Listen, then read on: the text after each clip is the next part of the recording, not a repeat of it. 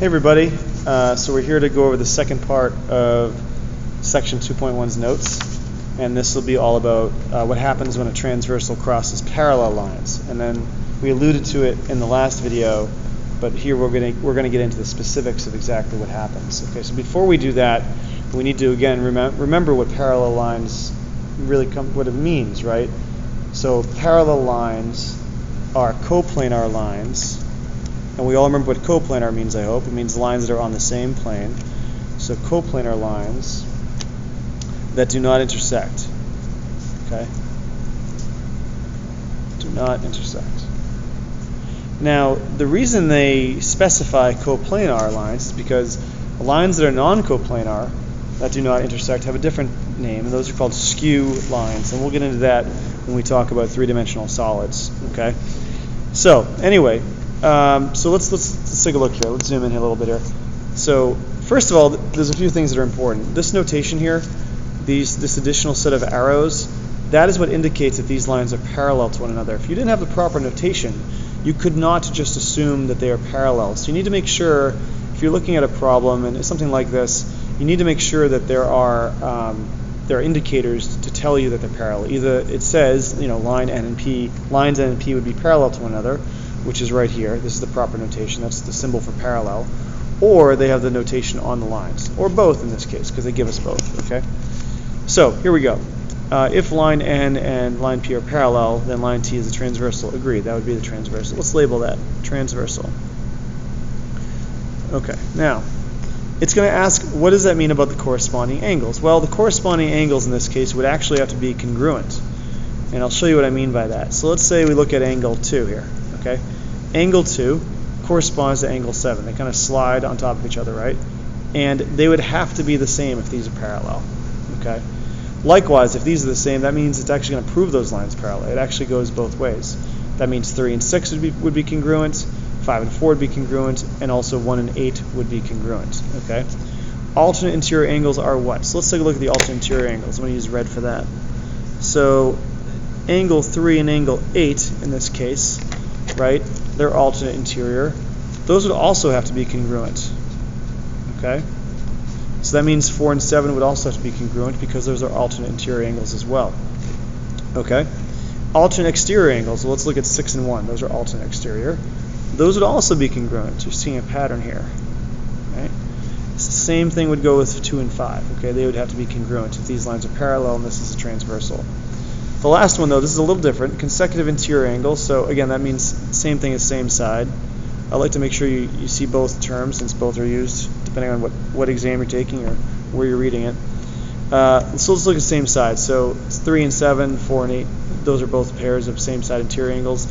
They would not necessarily be congruent. They could be congruent, but they are definitely supplementary if these lines are parallel.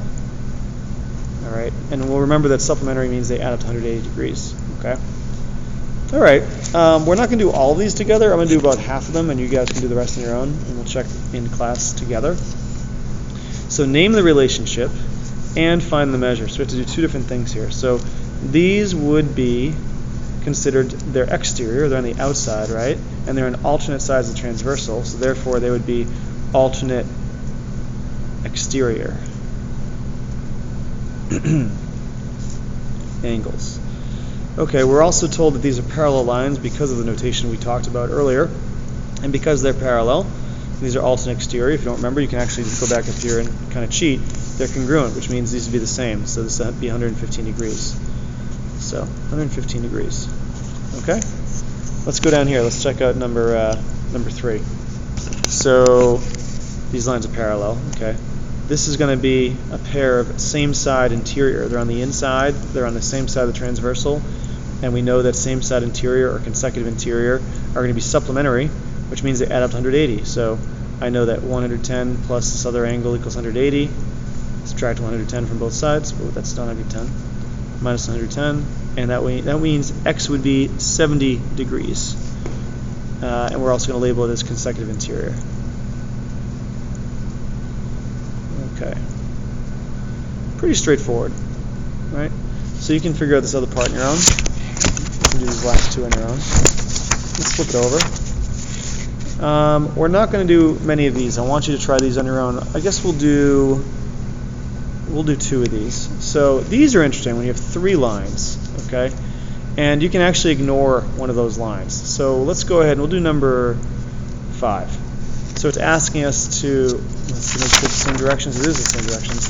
We need to identify the relationship that exists between these 2 angles, okay? And we also have to find the value of the missing angle. So we can actually ignore this 3rd line up here. We're just gonna ignore that, okay? I actually find it easier not to see it. So these would be considered on the interior, right? They're on the inside, and they're on opposite sides. So it'd be alternate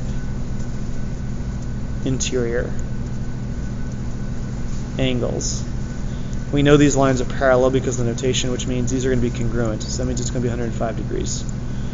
Okay. Let's do one of these. I don't want to do all these because these are actually really cool problems. And by cool, I mean they're probably going to freak people out, but that's okay. Let's look at number 9. So we have to solve for x for these problems. In order to solve for x, we need to identify what the relationship that exists between these angles is. So we know these lines are parallel. We know these are on the same side of the transversal. And we know this is interior. So it's going to be same side interior. So same side interior, I like to use that notation. We know that means that they're going to be supplementary. Okay, so supplementary.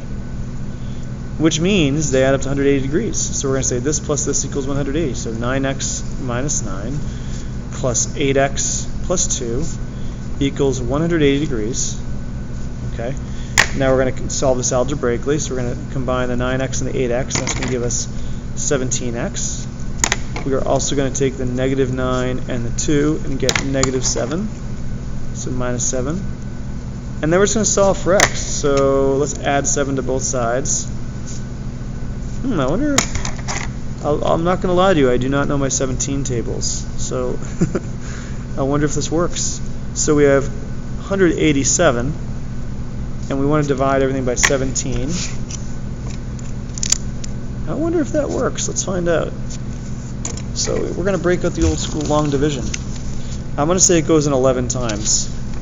I have a feeling, I have a sneaking suspicion this will divide it 11 times. Let's find out. So 17 goes into 18 once, right? Minus, bring down to 17. Look at that, it's 11 times.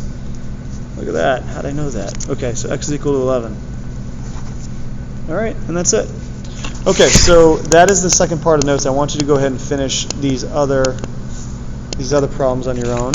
So let's zoom out here. So you're going to want to do these on your own, and as well as these. There's also 2 more. All right, so you're going to want to solve these as well. These are interesting. This one's a little more challenging. So go ahead and try those out, and we'll see each other soon in class. Thanks, guys. Let me know if you have any questions.